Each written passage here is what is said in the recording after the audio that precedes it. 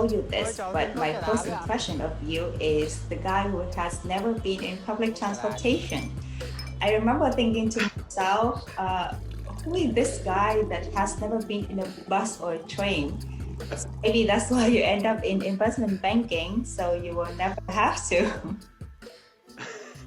I've never seen a university from inside in my life. I think I'm rather the exception than the rule in our industry, because typically investment banks tend to just hire from high-end universities, and inbound or internal factors, I mean everything from the core that goes inside. So that is like our emotional intelligence. What I discover is that like pretty much everyone I know and in the industry is completely focused on these external factors.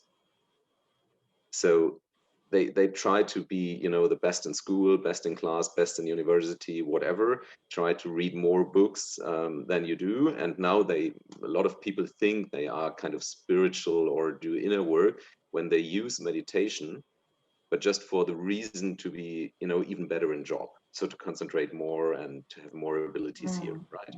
So when we talk about like success today and career, I think one needs to ask the question, why? Why do you want to have a career? Why do you want to be successful, right? So then you can like dig deeper and deeper. So maybe you say like, well, the first point is I would like to get rich or would like to have money, to have some security, to be able to feed my family, whatever. If you go deeper and deeper, there are more levels. But at the end of the day, if you do all that work, you end up with that we as humans, and I think every single human on this planet wants to be happy. Just in financial markets, I love it.